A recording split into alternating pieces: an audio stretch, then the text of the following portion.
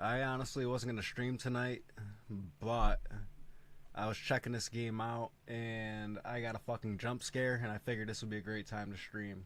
See if I get scared or not. I'm in museum mode right now, and I interacted with this thing, and this bitch hopped out the window and yeah, she scared the shit out of me. I'm not gonna lie. So, but this is what they had to say. Escape hatch. When Sally, Marilyn Burns, escapes by jumping out the window, the glass was actually breakaway sugar glass, made by Bob Burns and Mary Church. In fact, Mary did the stunt of jumping out the window. A mattress and some empty boxes were placed outside the window for her to land on, but setting up the shot took a long time. With the humidity of the Texas summer, the breakaway glass began to dissolve. When I went through it, I was like a glass woman because now I had little particles stuck all over me because the stuff was wet, Mary said. If they'd waited probably another 45 minutes, I don't know if there'd been any glass in those windows.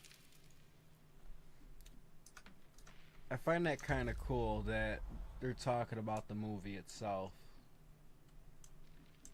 I'm kind of scared to walk around, to be honest with you, just for the fact that I don't know if Bubba is in here and he's gonna chase me or what. But we're gonna go look around and see before we actually play a game. Alright, there's a code. We had to lock the barn due to some teenagers trying to break in. If you forgot the code, look at the cook's truck. I can't change the field of view, which is gonna bother me. Nothing down there.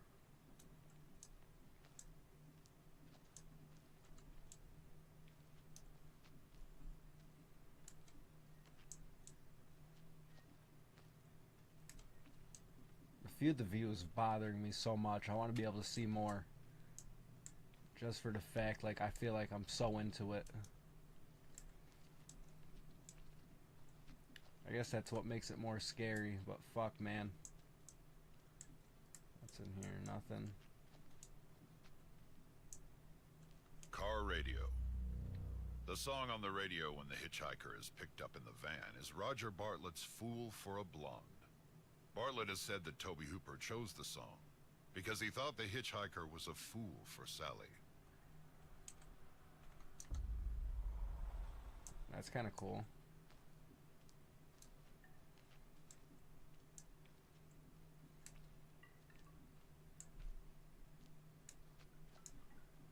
Nothing's over here. I swear to God, if like one of the killers pops out or something. Fake hammer, real impact. The scenes in the movie with the sledgehammer seem real, and there's good reason for that. Though the prop master Bob Burns made a fake hammer with a foam rubber head, there were still complications. Leatherface actor Gunnar Hansen recalled hitting actor William Vale while filming Kirk's death scene. I was completely charged up on adrenaline, skittishly hopping back and forth as if I were speeding. So when Bill tripped and I stepped out of the shadows, I actually hit him in the face with the sledgehammer. Fake or not, it left its mark. In the pivotal dinner scene, actor Marilyn Burns, who played Sally, was actually struck and bled. I went to the bucket, said Burns, and then Grandpa hit me over the head with the other prop that was a piece of steel, a sledgehammer. That hurt. That wasn't fake. As Hansen noted, some of the blood in Sally's hair is actually Marilyn's. That's wild, dude. Can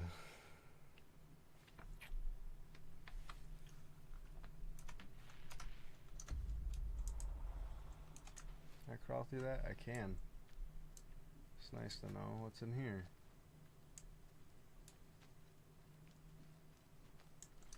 Oh, you can hide in this. That's neat. That's good to know. Alright, how did I get in here though? Okay, I went this way.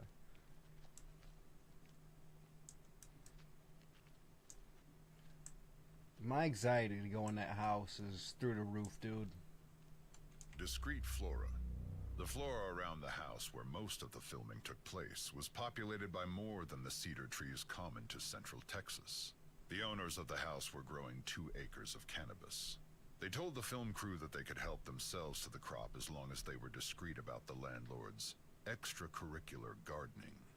According to sound recorder Ted Nicolau, I thought that was part of the reason for the confused discussions every day of what we were about to shoot. That's kind of dope. No pun intended.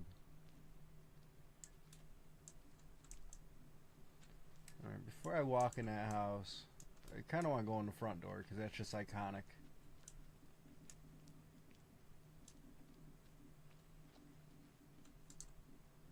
I think you kind of got to go in the front door if I'm being honest.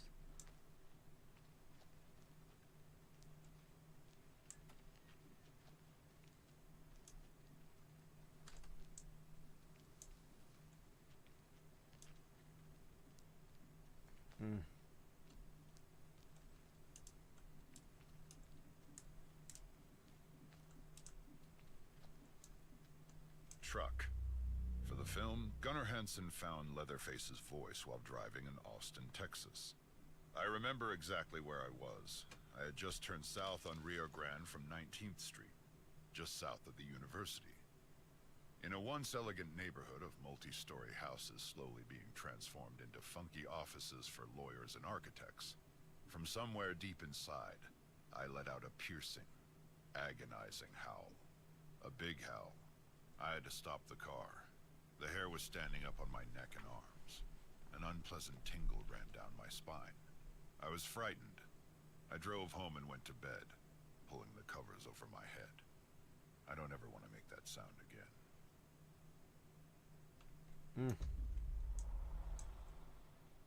My hairs are about to be standing up pretty soon, dude. I don't know if I want to go in there.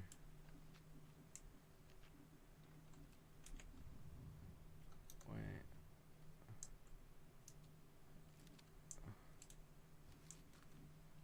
What's the code?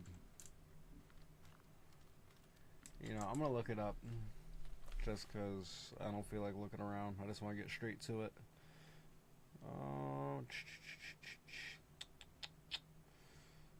Because I'm lazy like that.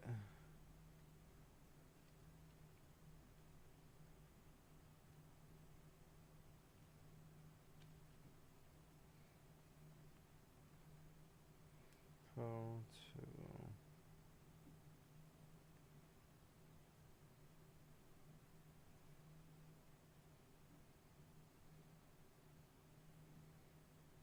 I will scream on the top of my lungs if that door just magically opened up.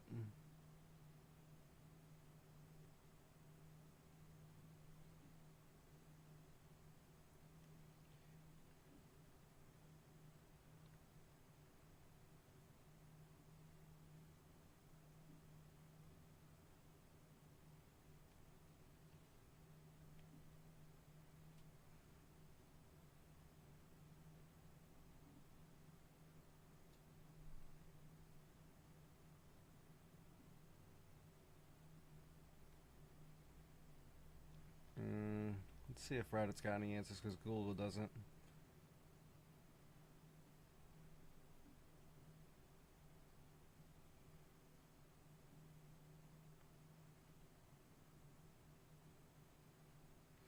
Complete the stamp for front yard first. It gives you the code. Pretty lady dancing. By the... What the Huh? Booty shorts. A lot of shots were set up on the fly during principal photography by Daniel Pearl and Toby Hooper. Dude. One such shot that Hooper would years later call the best shot in the film was no exception. That shot, of course, being the iconic shot of Pam approaching the family house. Cinematographer Daniel Pearl was laying flat on a dolly with the camera tilted up. The goal of the shot was to make the house appear bigger and bigger in the frame as Pam approached it.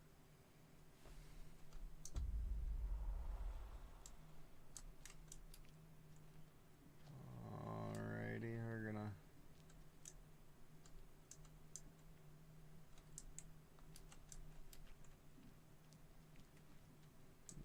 This is kind of weird.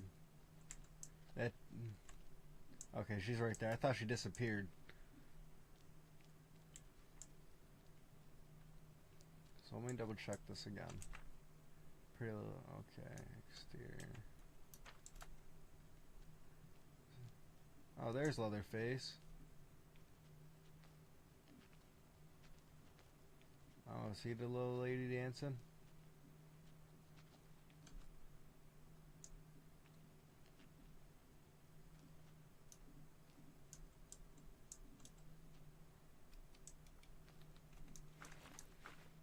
Which way? No. What's the photo thing? Hold on. That popped up. What is that? Ain't gonna pop up.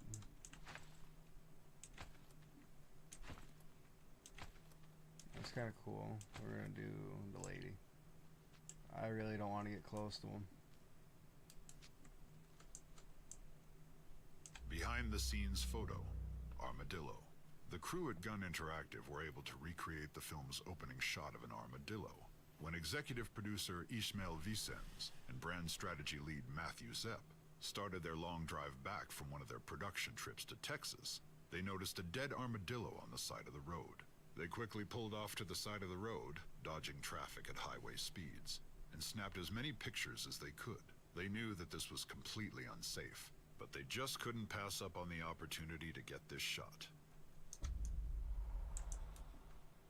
That's cool, I guess. Lady dancing. How the hell do I take a photo? That popped up somehow. F. Okay.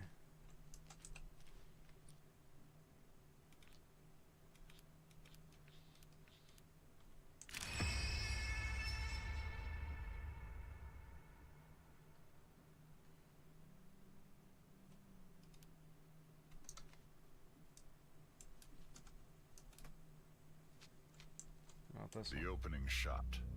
The armadillo in the opening shot of the film was an actual armadillo that production designer Robert Burns found on the side of the road and taxidermied himself. According to Robert Burns, the original script called for a shot of a dead dog on the side of the road, and then the camera would pan to the green van. After further thought, Tobe Hooper felt the dog was too domesticated to show in that light and deemed it too horrible for audiences. This is when an armadillo was decided to be their best bet, as it fit as a symbol for Texas. Robert Burns then found a dead armadillo on the side of the road and took it home himself to taxidermy the animal. This is how the opening shot of the film was born.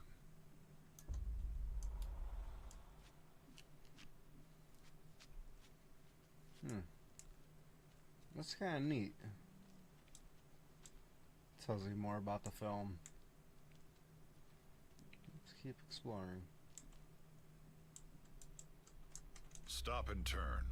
Gunnar Hansen's stop and turn move was an accident. The boots that Gunnar Hansen wore had 3-inch lifts to make him taller, though because of this, if he didn't stop suddenly and then turn, he would lose his balance and fall.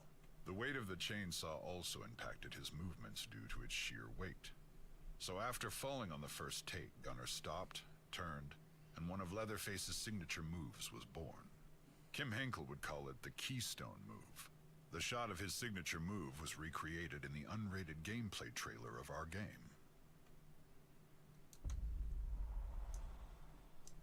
This is really cool.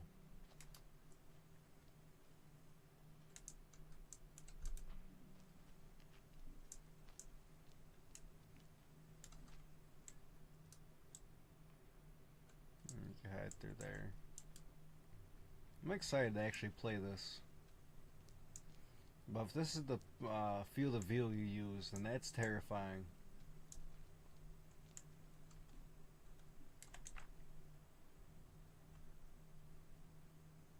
You know. Car graveyard.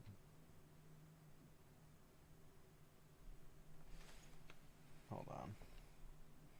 Let me see something real quick, because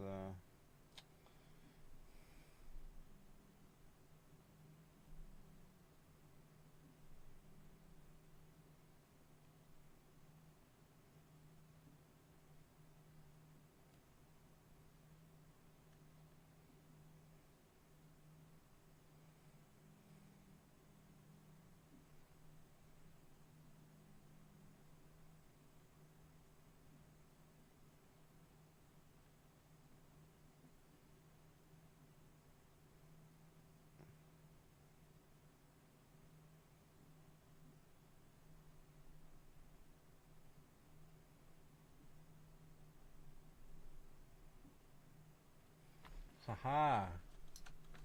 So that's what that is. 5, 4, 6, 8.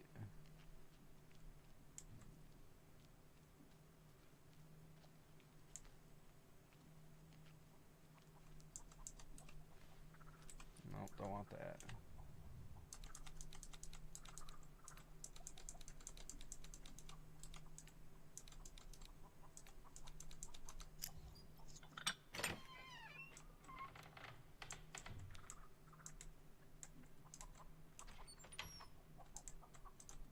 You can hide in here. That's not terrifying. Chicken Nugget.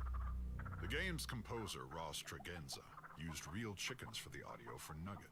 He luckily had a close friend and fellow composer that owned a farm with several chickens. The name Nugget was born from brand strategy lead Matthew Zepp. The name is a nod to the longtime nickname of his nephew. Oop. I just got I did not mean that. Alright, there we go. Back to that. I don't want to take screenshots. I just want to do multi-stream. There we go.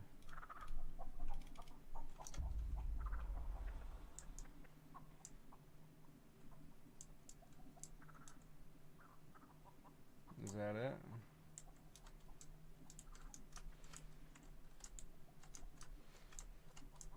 Fuck was on a leash?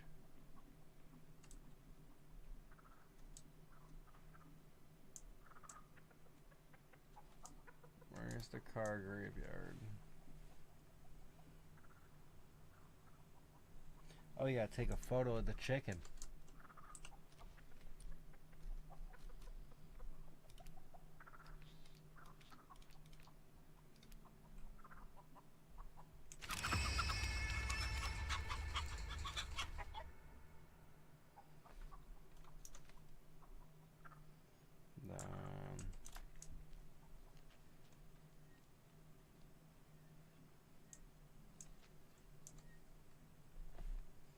Take a photo of this license plate over here.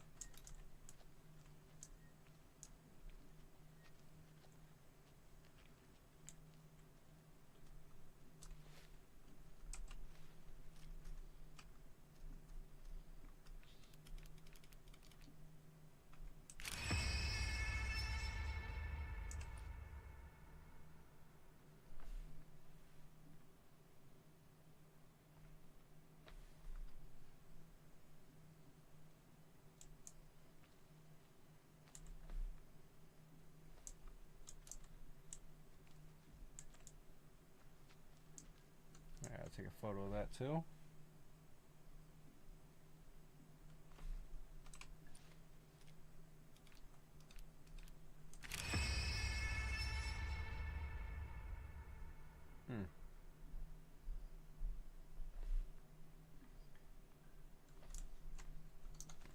Alrighty. See, I would have never figured that out on my own, to be honest with you. It would have took me hours. I'm not really good at problem solving.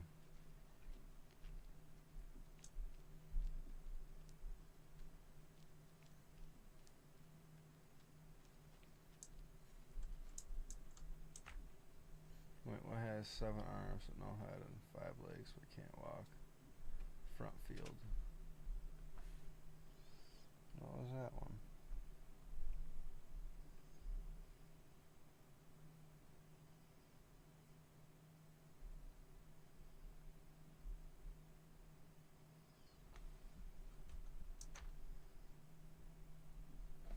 Haha. It's over here.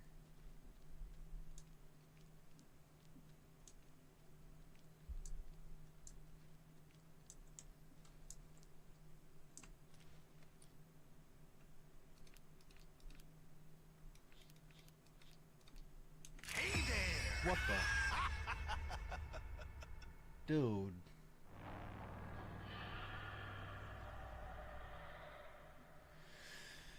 This game's gonna give me a heart attack.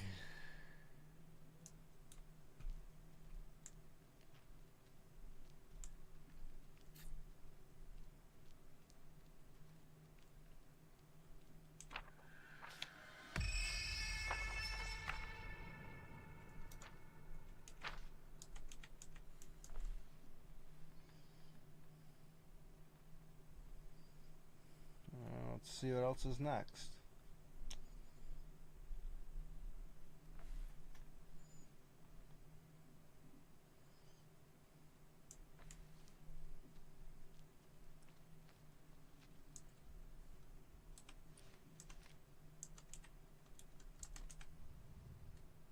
One, 9, 7, 5, 3. So 1, 9, 7. There we go. Aw, shit.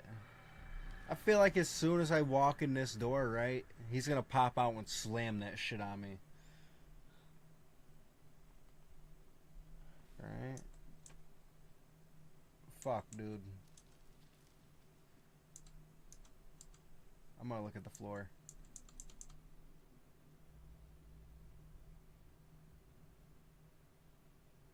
And the music kind of stopped.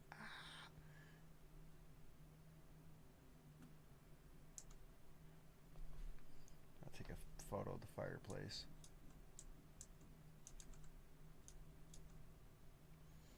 Oh, this is so unsettling. I do not like this whatsoever. I really don't like this. Skull wall.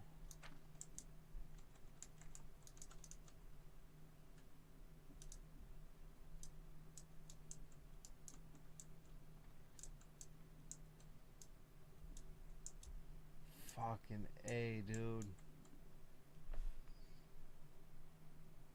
There's the fireplace. Alright. No, it's right behind me. Right?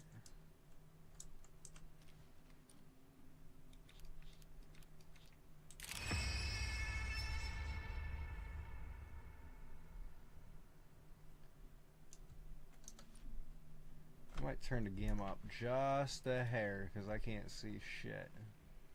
That and I'm a pussy a little bit. Just a little bit. Brightness calibration. Oh, that's too bright.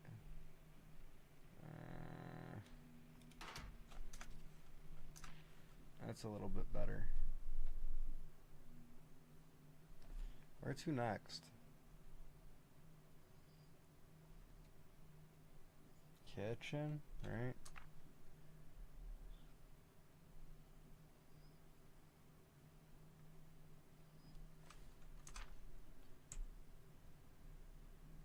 The hell is this?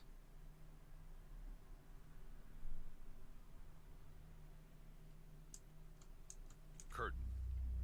Alan Danziger played Jerry, the van driver in the film. He prepared for his first on-camera meeting with Leatherface by being blindfolded. When the blindfold was removed for the initial take, he was so terrified that he ran out of the room. I don't blame him, dude. Genuine bone furnishings. The bones used for props were real animal bones found at a veterinarian boneyard and a cattle pasture. Art director Robert Burns led the charge of designing most of the bone props, like furniture and light fixtures. That's kind of wild.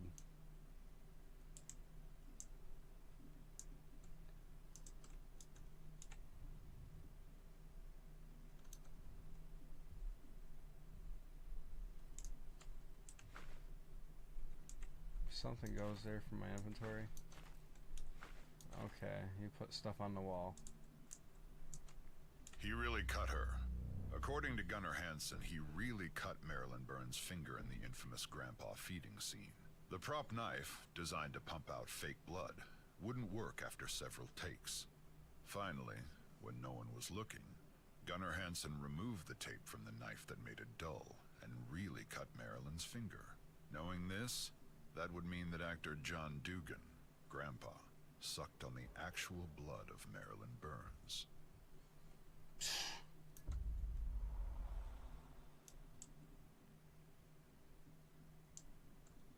Kim and Toby before Texas. Kim Henkel and Toby Hooper met during the filming of Hooper's 1969 film Eggshells. 4 years later, they would go on to create the production company Vortex Inc. and co-create the Texas Chainsaw Massacre. Another Texas Chainsaw actor was also part of the Eggshells cast. Alan Danziger, better known as Jerry to Chainsaw fans, co-starred in the earlier film.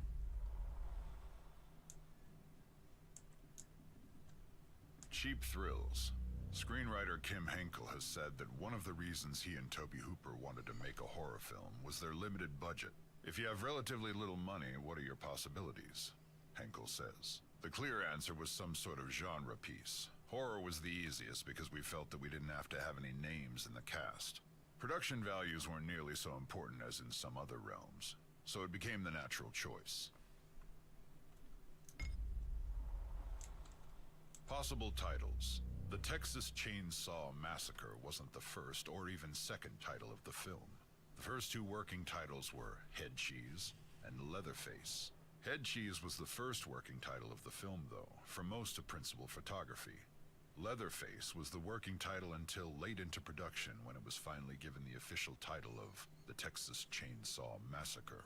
Kim Henkel and Tobe Hooper intended for the title to be spelled Chainsaw, but once the press were sent information on the film, and when the original poster was produced, the spelling got twisted into Chainsaw.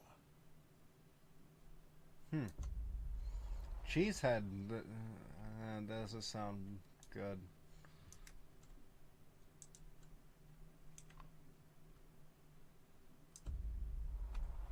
Add that to inventory. That's wild, dude. That's gruesome. That's really gruesome.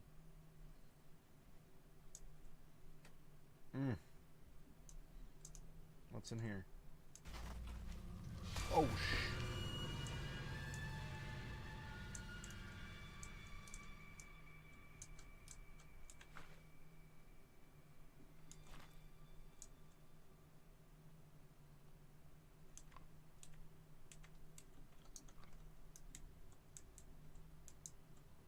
jeez.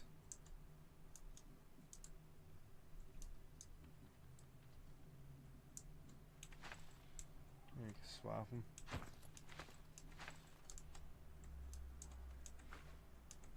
You can feed them. The dinner scene. The infamous dinner scene was a long, trying shoot. Plastic surgeon W.E. Barnes created the makeup for Grandpa, and it took nearly 10 hours to apply to actor John Dugan. A lot of pieces and parts went into creating Grandpa's look. But because they were down to their last set of makeup parts, the crew had to shoot every scene involving Grandpa all in one day. The grueling shoot was one of the hottest days of the production, with temperatures over 100 degrees. The set windows were blacked out with black plastic in a house filled with cameras and lights that reached as high as 120 degrees inside. Because of the extreme heat on set, the food at the dinner table started to rot. The smell on set was ghastly for the entire cast and crew. All of the bones on the set were real, and combined with the lights that made them burn, released an unbearable smell. The combination of the stench with the extreme heat made a lot of the crew sick, and they take frequent trips outside to throw up. In the end, the brutal set brought a real rawness to the film. The shoot in total lasted nearly 32 hours for some of the crew.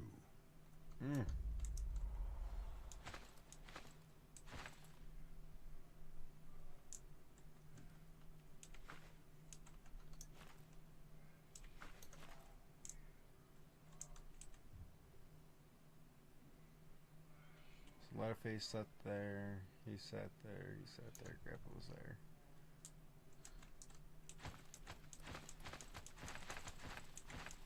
I can't put Leatherface there.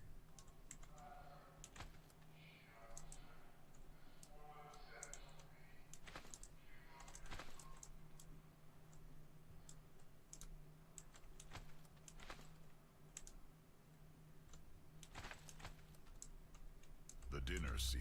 Alright, same shit. Skin lampshades. Why was the film marketed as being based on true events?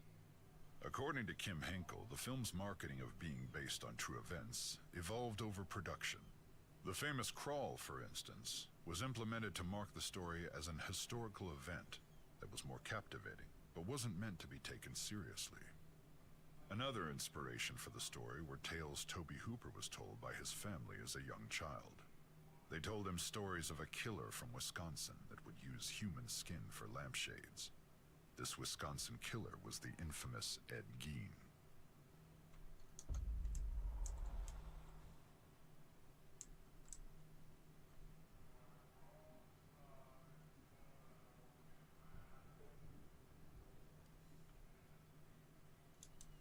Alrighty, let's go upstairs. Makeup set. Gunnar Hansen shared a lot of praise for his fellow cast members. In the 40th anniversary Blu-ray release's audio commentary, Hansen notes that actor Jim Sedow, the cook, was probably the only actor in the movie who could look benign and then become extremely evil without any makeup.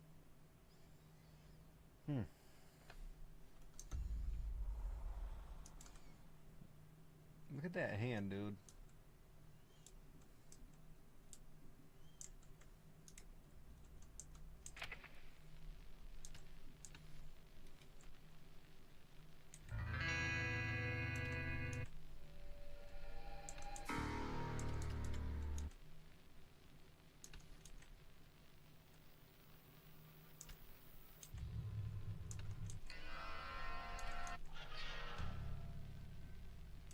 Yeah, we don't need none of that playing right now.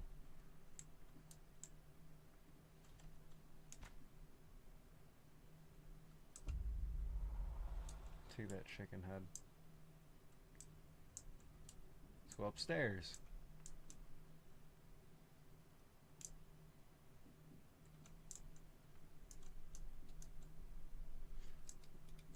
Do I get a flashlight or some shit?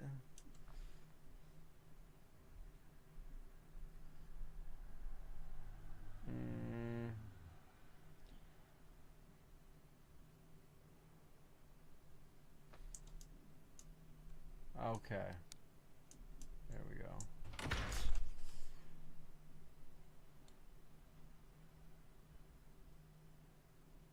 Okay then.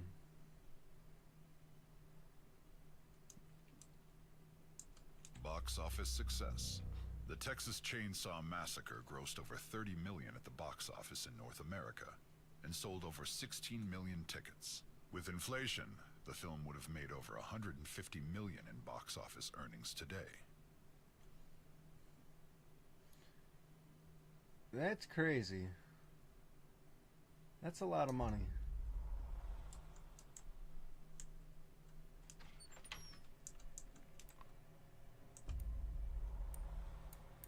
What's clicking? What's clicking? What's clicking?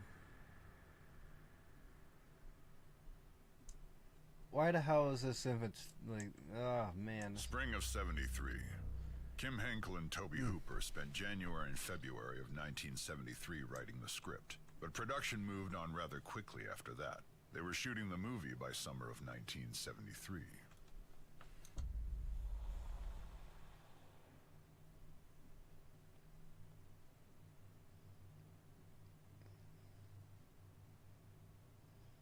Alright, we gotta go to a different room. Well, let's look around. Production manager Ron Bozeman would go on to work on another film that featured cannibalism. In 1992, he won an Academy Award as a producer for The Silence of the Lambs. Oh shit. That's a really good movie.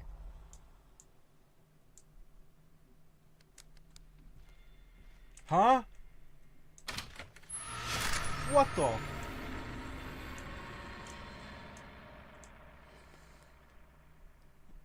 Yo, that's not cool, man.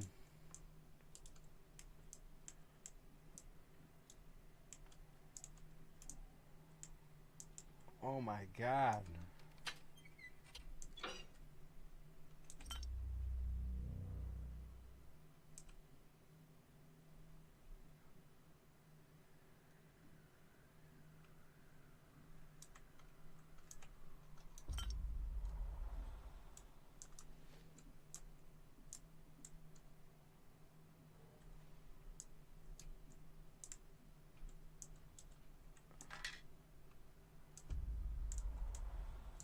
This is pretty scary for a little museum.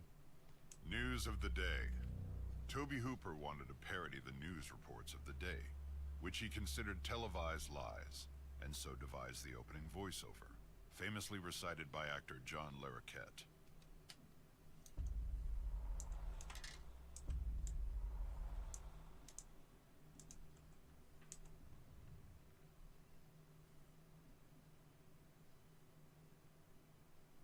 What's that about?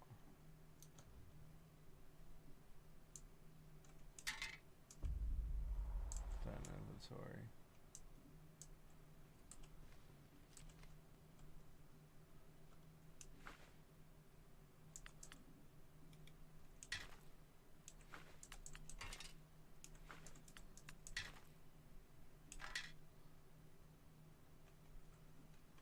I'll add them to inventory until I figure it out what I'm supposed to do with these.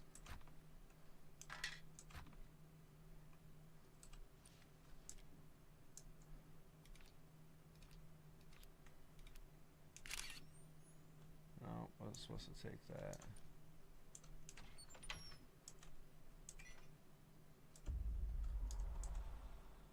What's the picture supposed to be of? Oh, take a photo of that, I'm guessing. Toby meets the cook. Director Toby Hooper offered the part of the old man, the cook, to Jim Sedow after they worked together in the 1971 film The Wind Splitter. They were both a part of the cast in said film. Hooper and Sedow weren't the only Texas Chainsaw Massacre alumni to work on The Wind Splitter. Ron Bozeman was the key grip, Kim Henkel was credited as the grip, and Sally Richardson was the assistant director.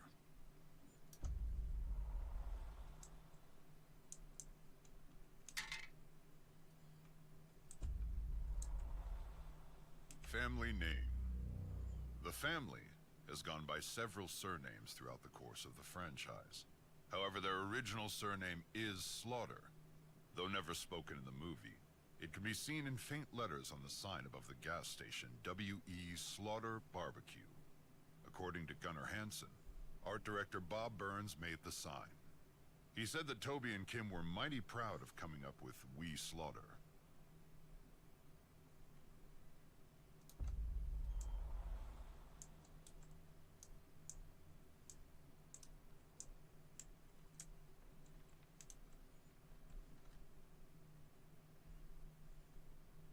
And real good detail with this. Hitchhiker's pocket knife.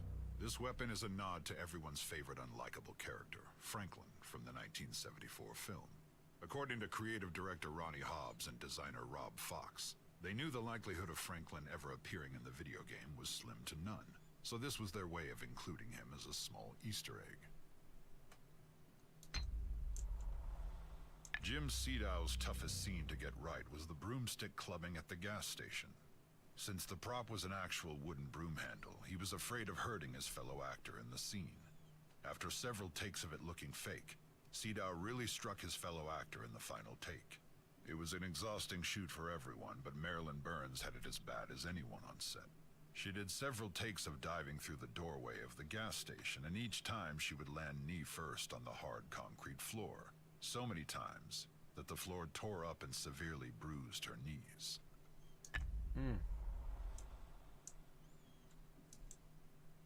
Well, they made a great film. Guess all that hard work was worth it.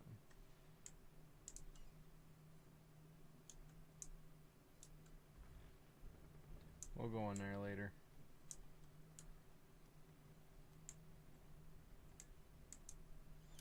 Oh, I got the skulls. No, not that. Deer head.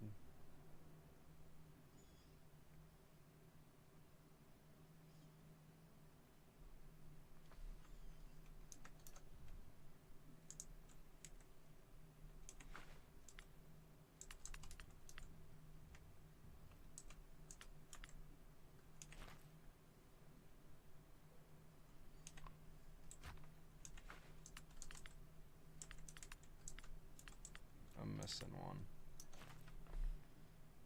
Ain't I? Yes, I am. 'Cause this goes over here. I'm not going down there yet. So somewhere up here the fuck is in here? What is that?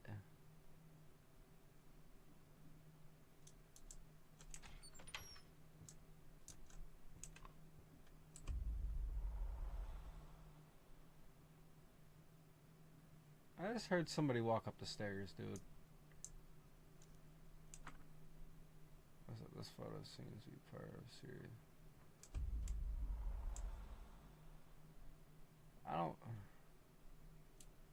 My anxiety.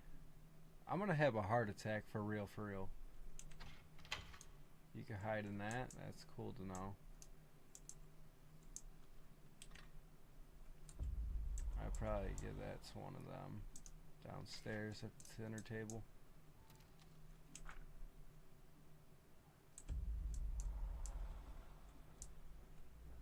Hitchhiker's camera. The make and model of the Hitchhiker's camera is a Polaroid automatic 230 land camera. It was manufactured and distributed from 1967 to 1969. This camera previously belonged to Maria Flores. The hitchhiker stole it after she was stalked and kidnapped by Johnny. Yeah, it's a photo of a puppy.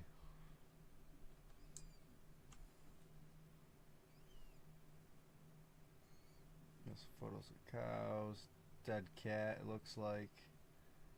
Oh. Dead possum, Leatherface.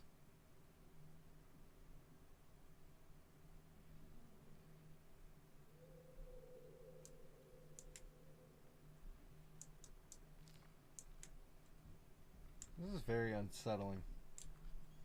Like, very. I hope nobody jumps at me.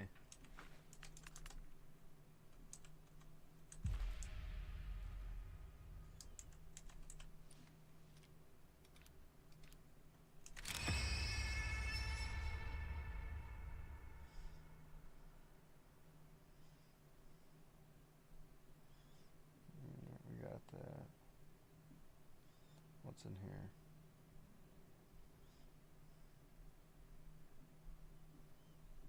Now we go downstairs. Pick up the chicken head. Alrighty. Go over here, and now what?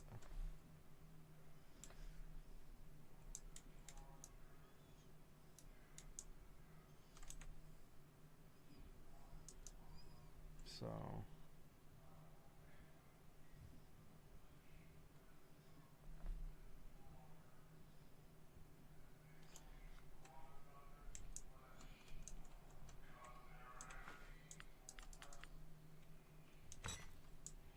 go from that.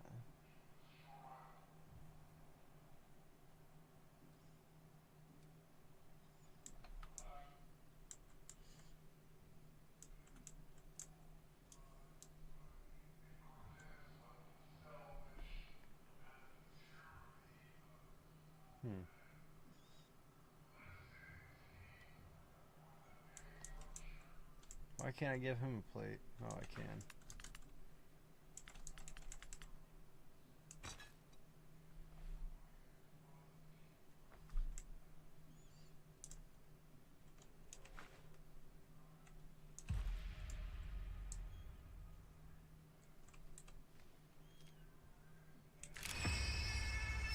There we go with that. Going back upstairs.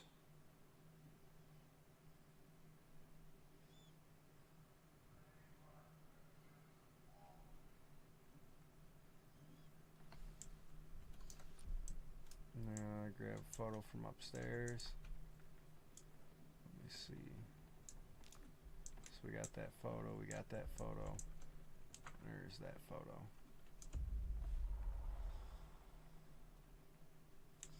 And there's a photo right here. Nope.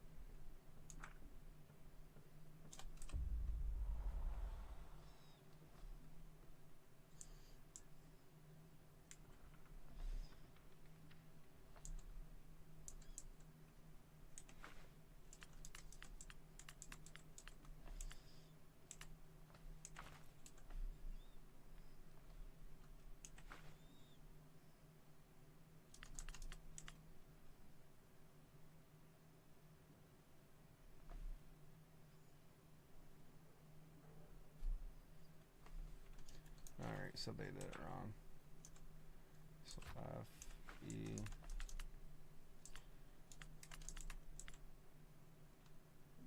E goes there. Outside the house.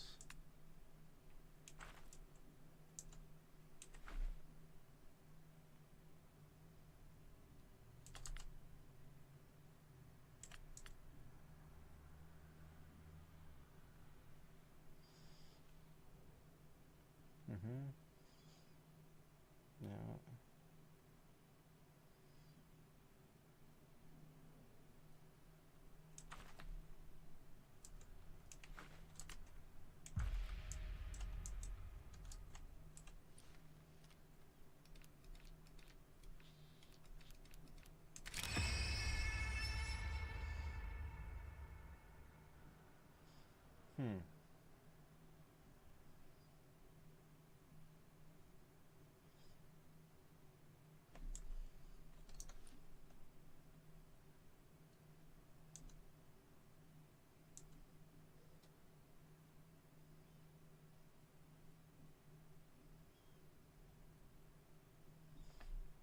Now we're going to do the license plate.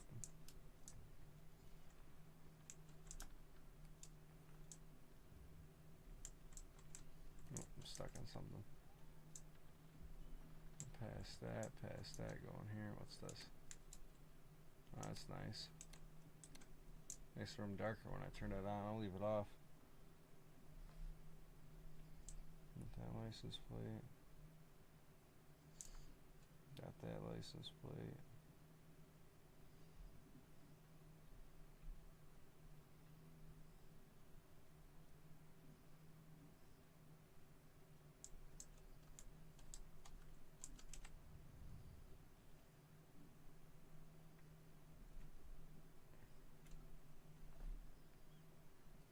Alright, so that's the order it's got to go in.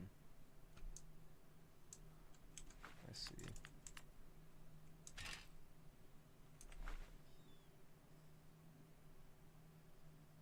Louisiana.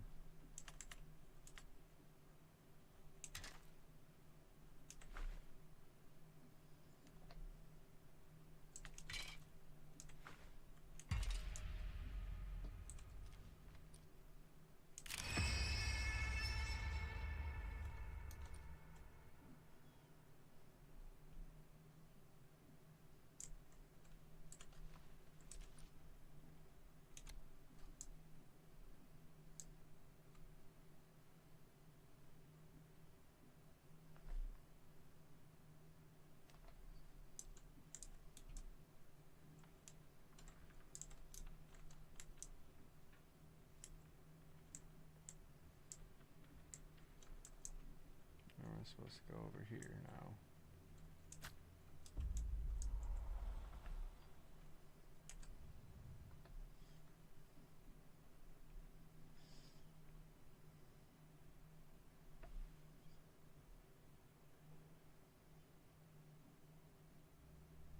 Meat.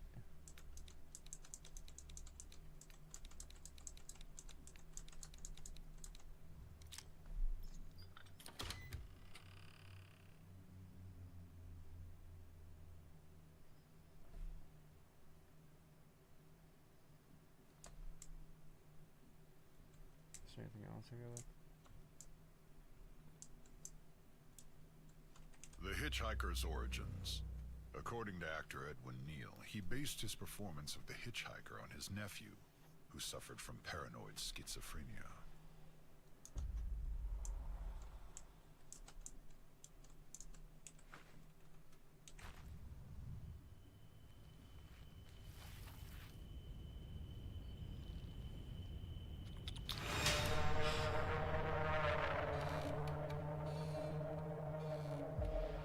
Dude. This game.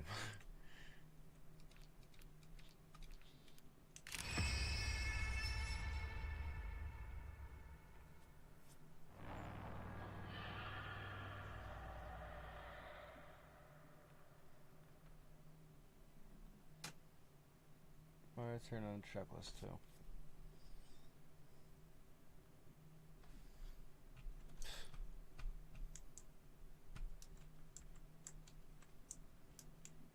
This is really cool, but god damn. This is irking my soul.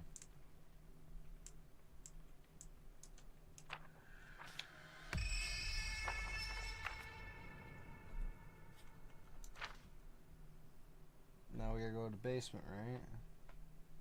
Oh, back upstairs.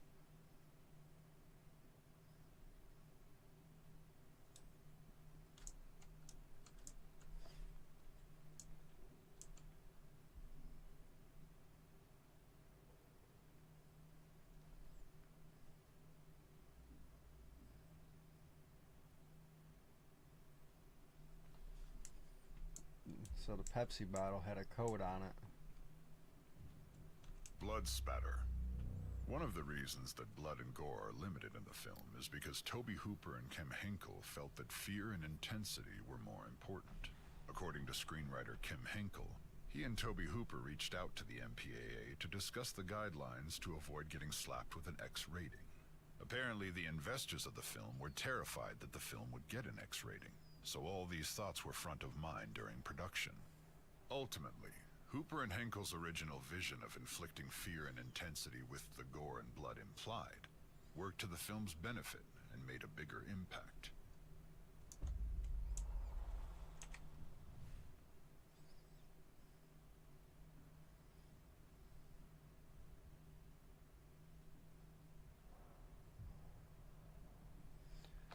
So 1, 9, 3. I'll just let it ride.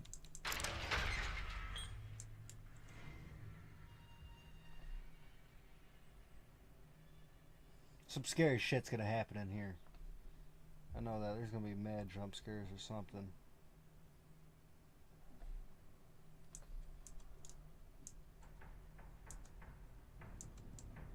This is Bubba's room. Skin. The practical effects of Leatherface's skin mask proved a difficult challenge for Bob Burns, the art director for the film. Mary Church, who had multiple responsibilities on the original film, including continuity and stunt coordination, noted that Bob spent weeks trying to come up with just homemade varieties of stuff that sort of looked like dried skin.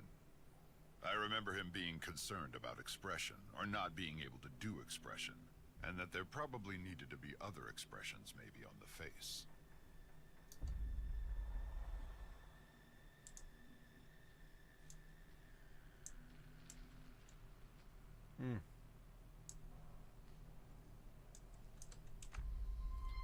Killing time in your basement.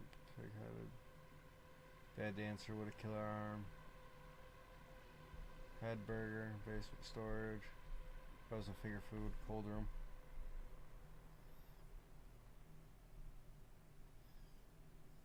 So...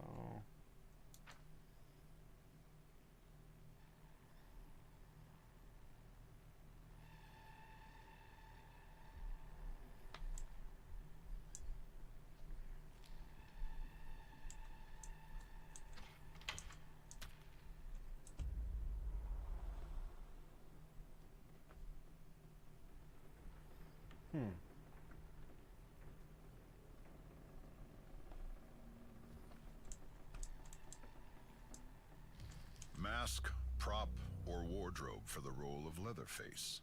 When Gunnar Hansen had his first meet and greet for the role of Leatherface, Tobe Hooper and Kim Henkel were impressed with his size and stature. When Gunnar walked through the doorway into their meeting, Hooper noticed how much space of the doorway Gunnar took up. They knew right away that Gunnar had the physical traits for the iconic role. This dude was a brute.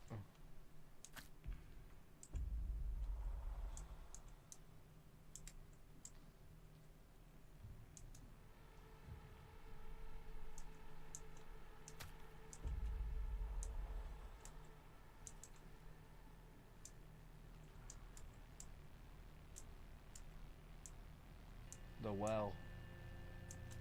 Right? No.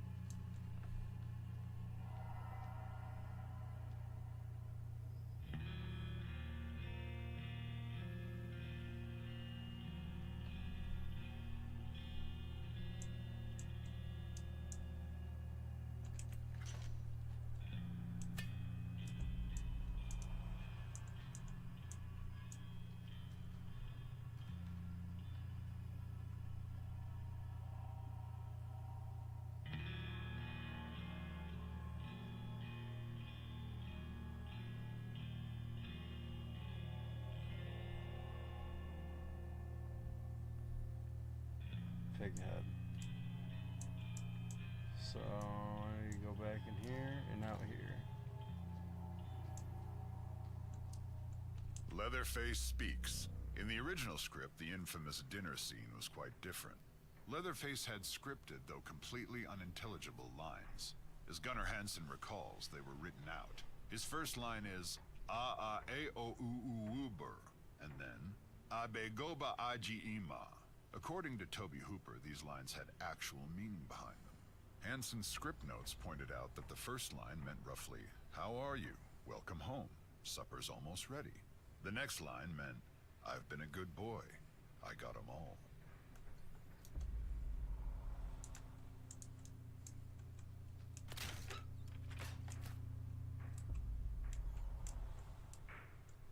Leatherface mask. The holes and markings on the forehead of Leatherface's masks represent a hammer to the head.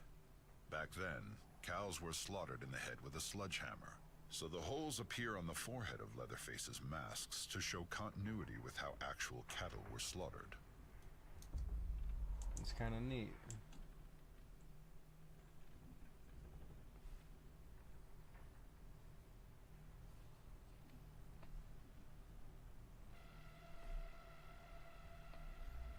So, pig head. And the video I'm watching, this is all censored out, so I have no clue if I'm not supposed to be showing you people this.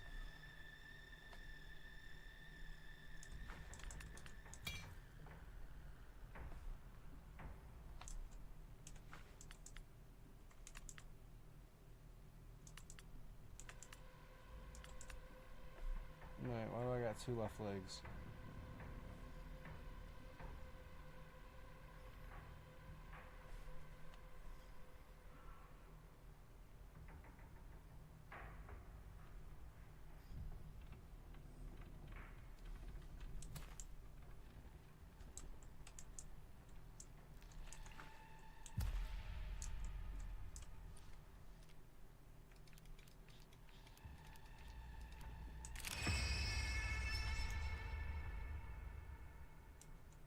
Leatherface speaks.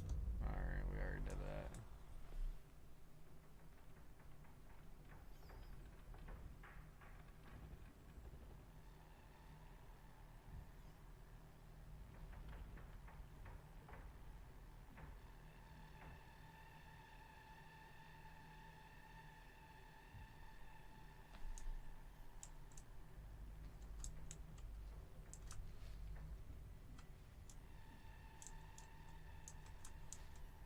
What's this say? To stop using the freezer to store your launch leftover. Color mark, bombs, brackets, gas.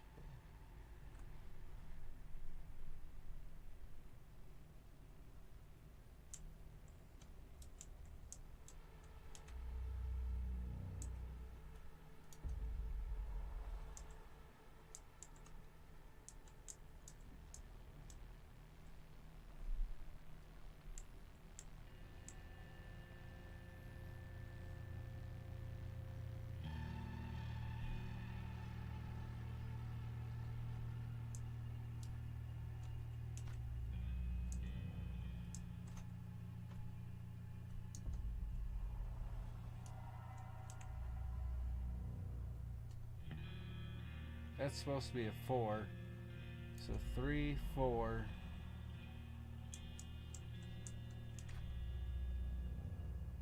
2.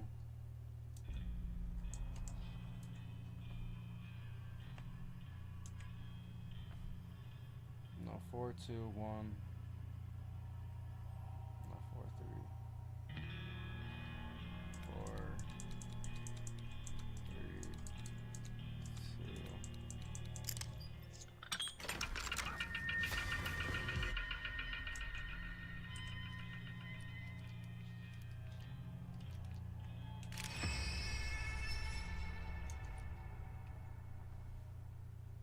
Yeah, I would never get this on my own. There's no way.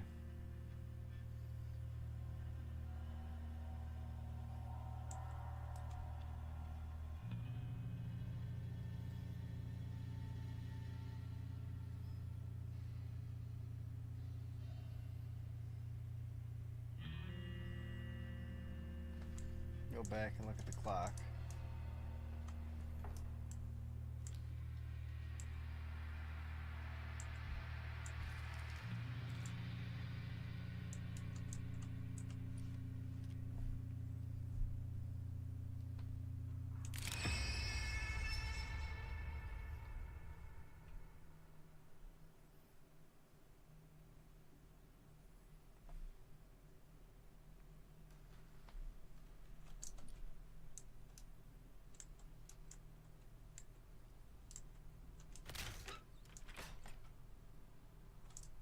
Nothing's in there.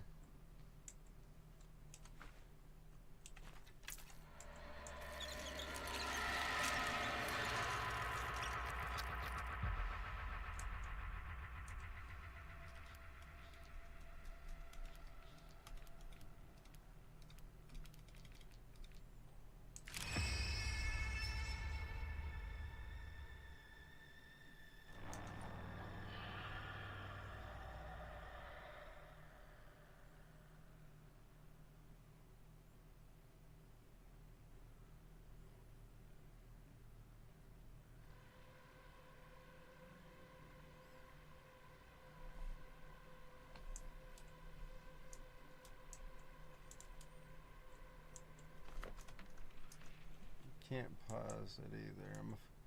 I'm afraid once I do everything, it's gonna have me get chased. There's nothing back here.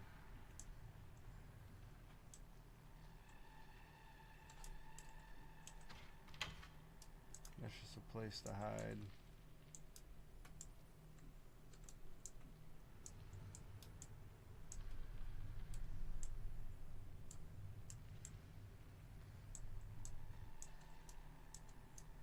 Kind of lost now.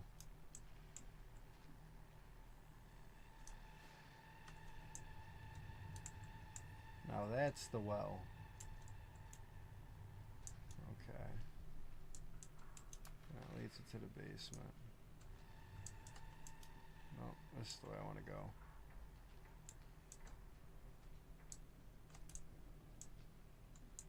All natural masks. Art director Bob Burns performed a significant amount of trial and error to perfect the Leatherface mask. Ultimately, he landed on liquid latex and thin insulation, which aged naturally and yellowed. Masks. The Leatherface masks would become iconic, but they were hard to see through. Gunnar Hansen explained, the masks had one unfortunate feature. Their eye holes were small. They fit snugly, but not around my eyes.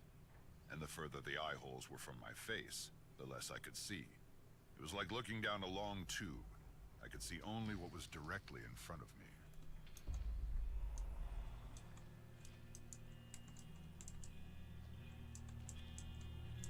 Playing with fire. Early on during filming, Gunnar Hansen asked Tobe Hooper, "How are we going to shoot the scene where I get chainsawed in the leg?"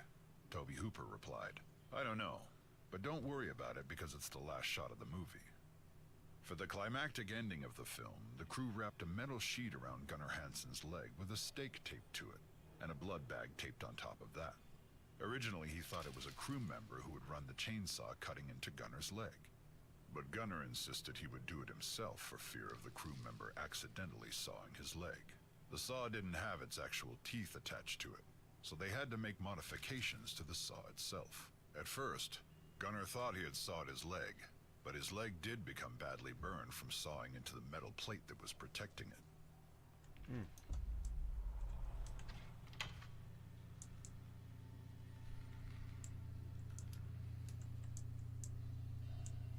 That's last lock where it is. Ooh. Banned in the UK. The film was banned in over 10 countries, including Great Britain and Germany. The Texas Chainsaw Massacre managed to have screenings in London, England in late 1974, but by February of 1975, the BBFC decided to ban the film, as they were uncomfortable about the threats toward the film's climax and the explicit use of abnormal psychology, and refused to even give the film an X rating. In 1982, the former Prime Minister of England, Margaret Thatcher, along with socially conservative activist Mary Whitehouse, formed the Video Nasties, which led to the banning of several horror films in the United Kingdom. Additionally, in the early years of Prime Cable, channels like HBO refused to air the Texas Chainsaw Massacre. Many cable channels avoided the film at all costs. I'm surprised it was banned in Germany.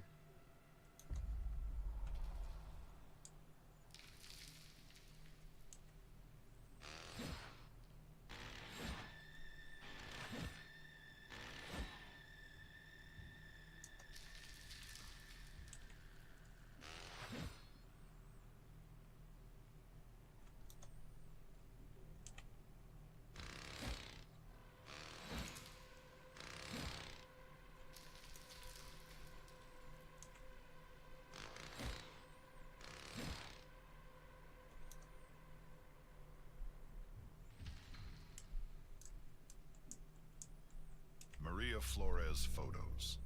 Several of the photos used for Maria Flores' story were taken near a massive sunflower field that seemed to go on for miles. While stunningly beautiful, this area was also infested with rattlesnakes. Thankfully, the Gun Interactive crew persevered after a few close encounters with the venomous snakes, and were able to capture thousands of photos to help build the lore of our game's catalyst, Maria Flores.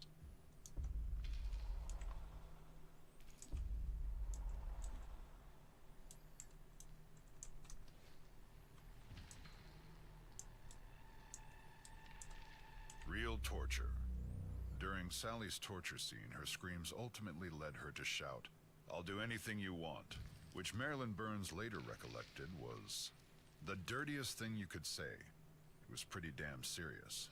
Nowadays it comes out of everybody's mouth. Now they're doing it for free, they're jumping into it. But in those days, "I'll do anything you want," you just didn't say that. You never said that.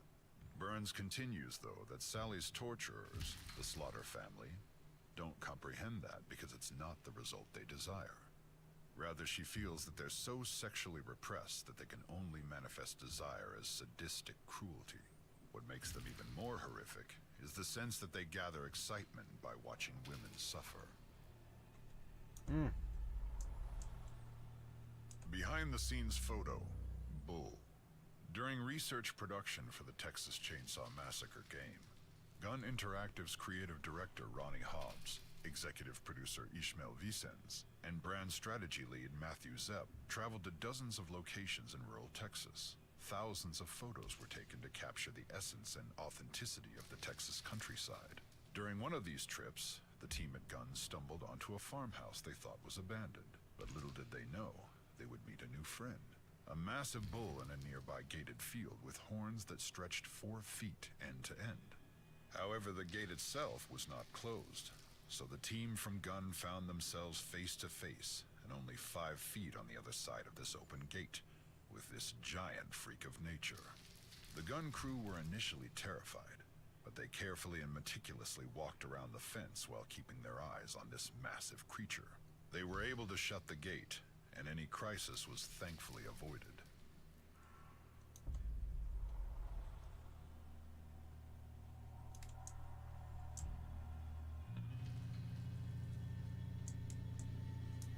It's over here. Okay, same spot I just went. Alright.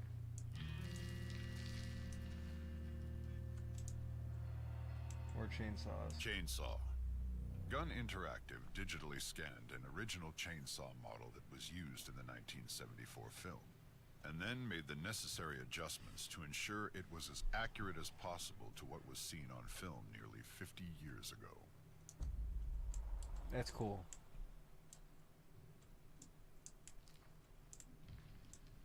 These guys really put effort into this.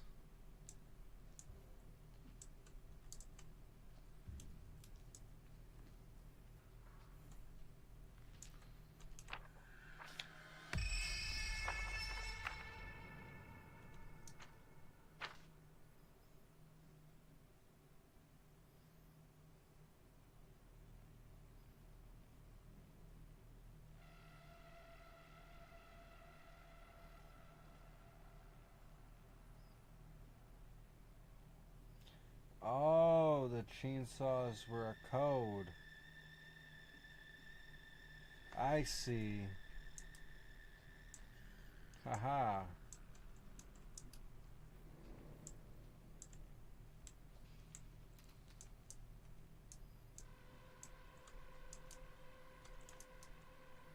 Where are the chainsaws? Where the hell am I supposed to go?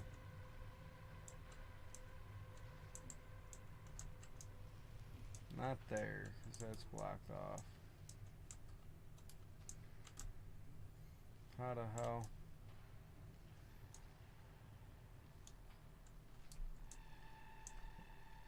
Alright, I'm confused on where I'm at. I have no clue where the hell I'm at right now. Furnace room. Okay, we're close. Well, what was this? 2, 3. So 4. 1.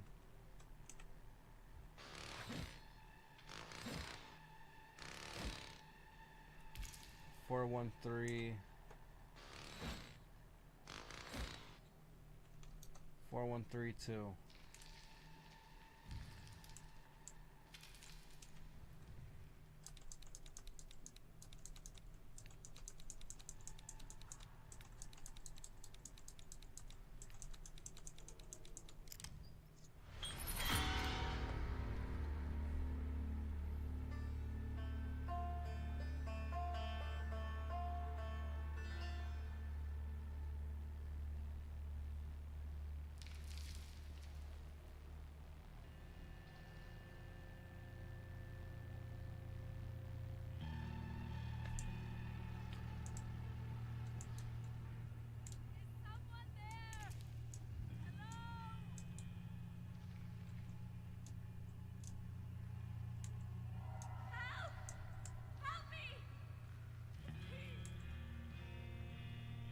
Scary shit's gonna happen. Thank God! Listen to me. My name I'm not ready is for it. I'm looking Maria away. Flores. I'm watching the stream instead. Find a way to get me out of here. I'm begging you. I don't want to die. Please. Oh shit.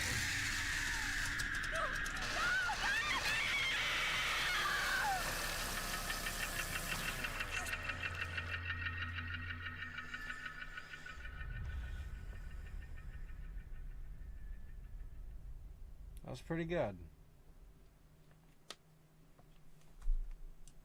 That takes you back here. Wait, what's this? This wasn't here before. This wasn't here before. What the fuck does this do? Okay.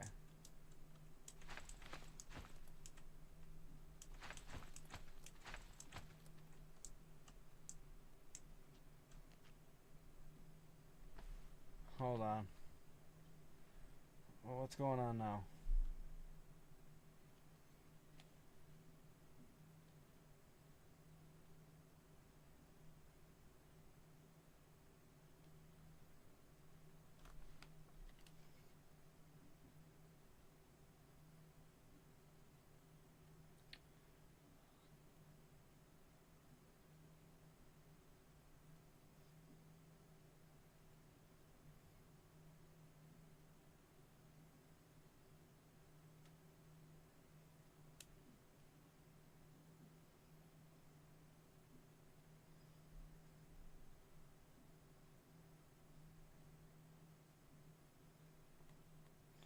Well, there ain't really much answers to it, but we're gonna figure it out.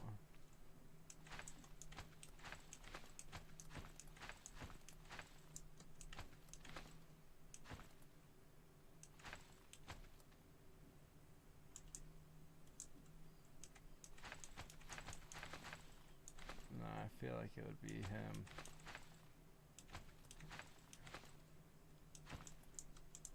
What's he got in his hand? Wool knife.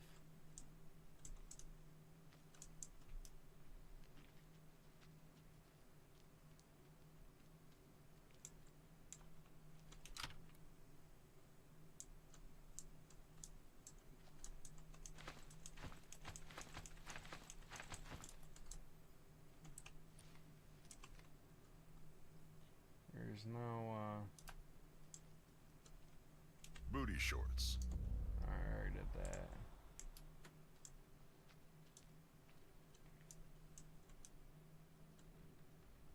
I already did all this. So, what else is there to complete?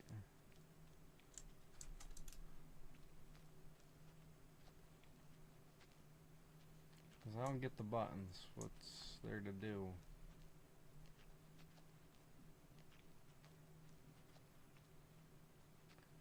He doesn't got those things around him.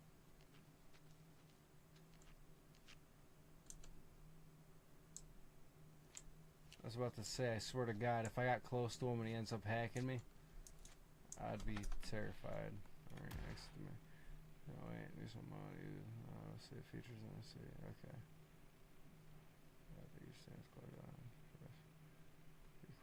Yes.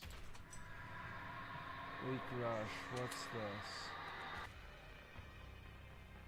What's Weak Rush? We're gonna try it out. Oh, that museum mode. That was pretty creepy, I'm not gonna lie. I can't imagine what it's like to actually play a game.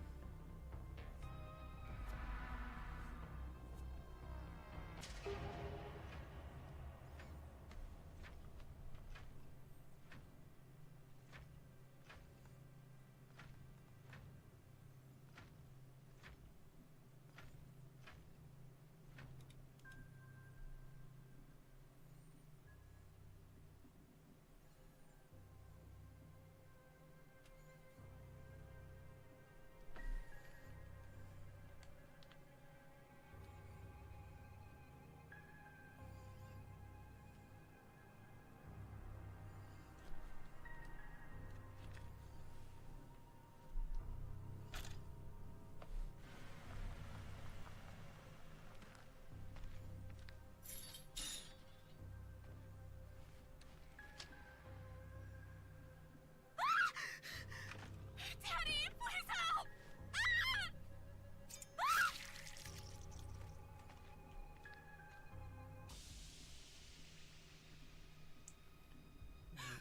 What the hell is going on?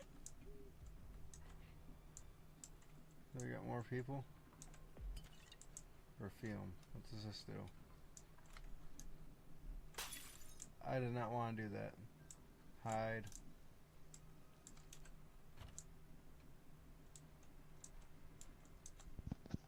Johnny's going upstairs through the ladder. Got ya. Oh, I can't hear me. Fuck. That's what that does.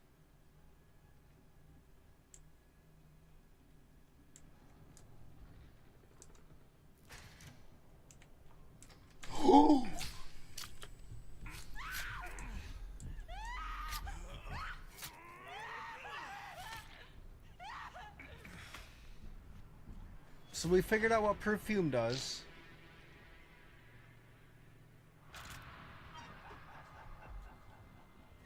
I'll watch these people play and see if I get anything.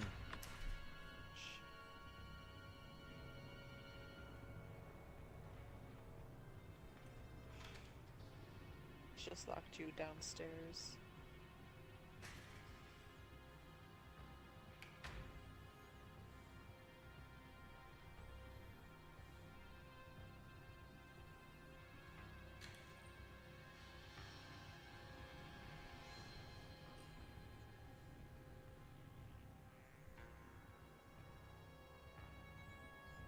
Hmm.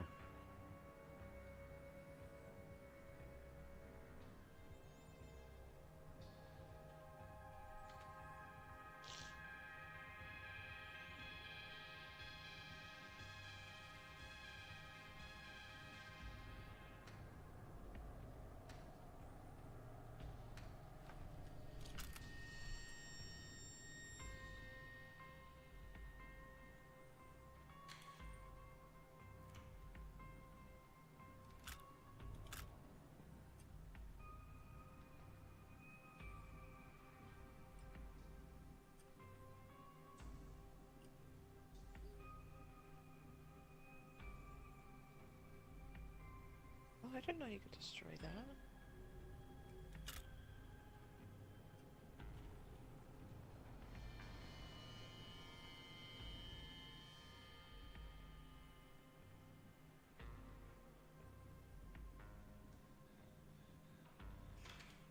Why did...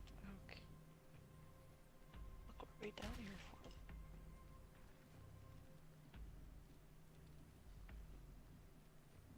Just trying to figure out how to play this game as all.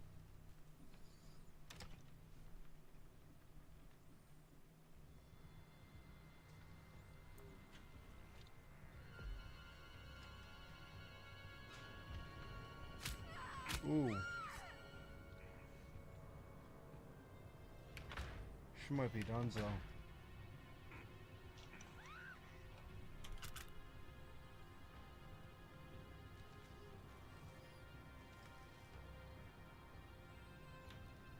What? He didn't see her.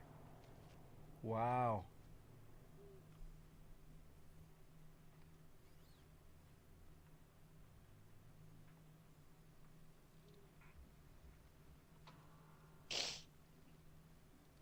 So comms are on.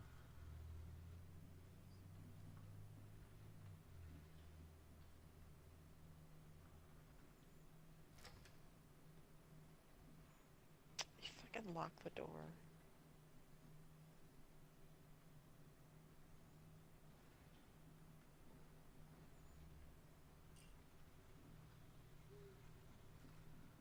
Wait. Did you unlock the door?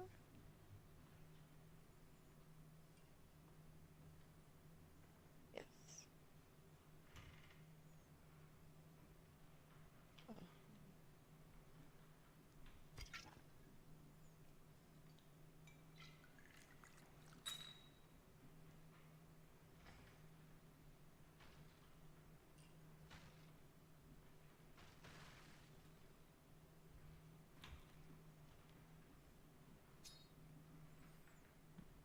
Oh, so you can fight back.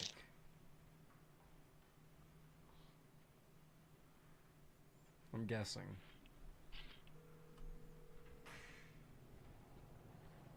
Oh my god, oh my god. There is an insane man trying to kill us at the Omega Sigma Theta house. My daddy makes this sound too much not to protect us. Get over here now. Nice. What was the keys then?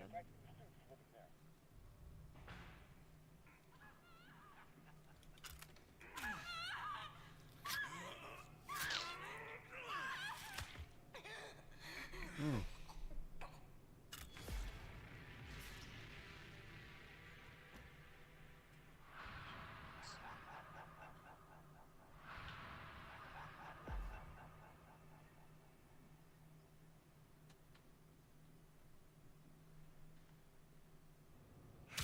Ooh. She might be done for. Fucking hate when they do some shit.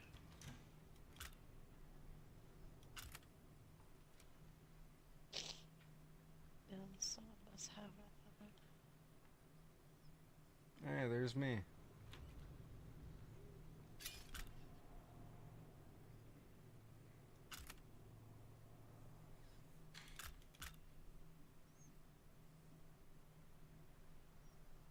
Oh, you can recover? That's neat.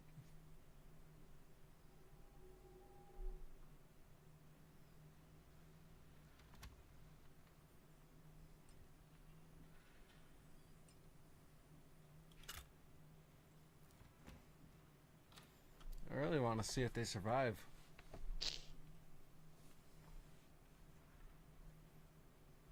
At least turn on the car, Jesus.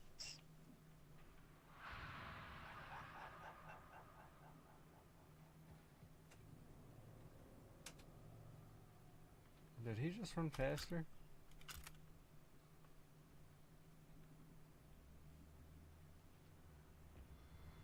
That's kind of cool. You really can hide in the bushes. Where are the dead bodies?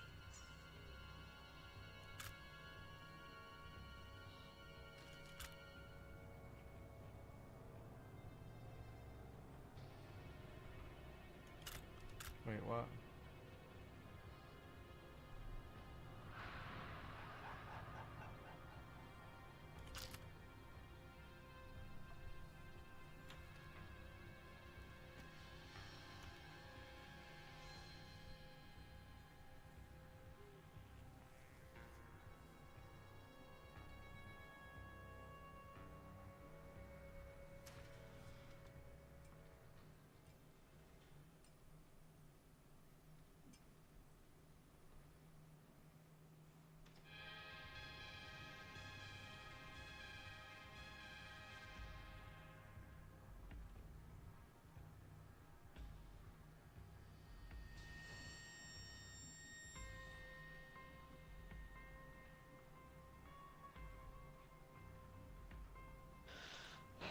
This makes me miss that Friday the 13th game a lot.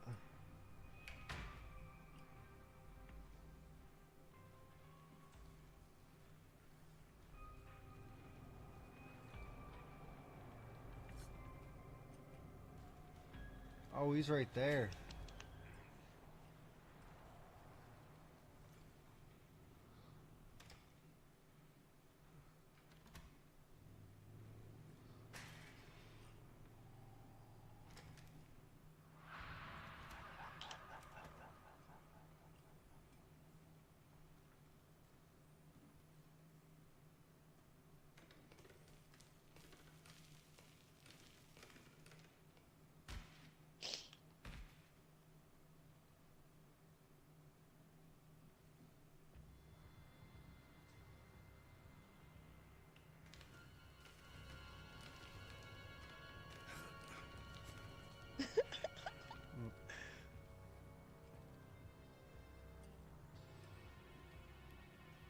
She's pretty good.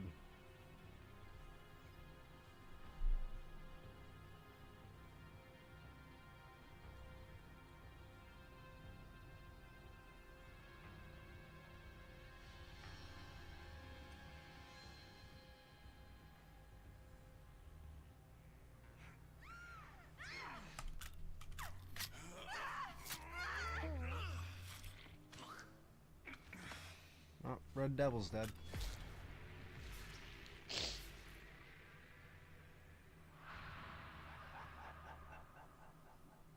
That's crazy. So when you get down to the last person, he just gets more and more perks.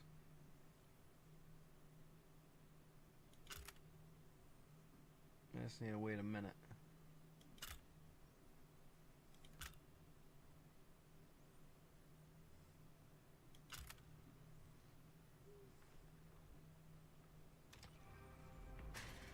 Oh shit.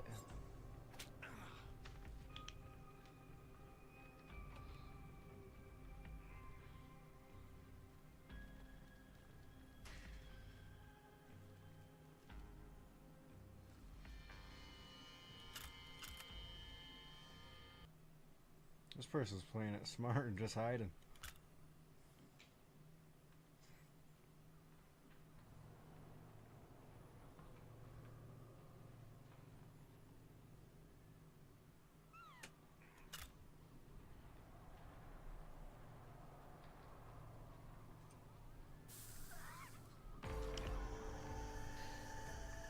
This is the police! Come out with your hands up!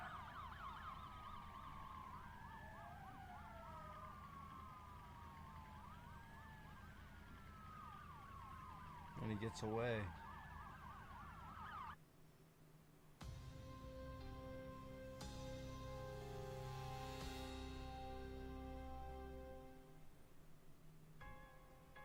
That's a lot of people. What time is it? Damn, I gotta go. Well, that's the end of this stream. I'll try to catch you guys tomorrow, and I'll try to play Life is Strange if I get the time. Like today, I wasn't gonna stream, but I said fucking anyways. But there's a good chance I might not be on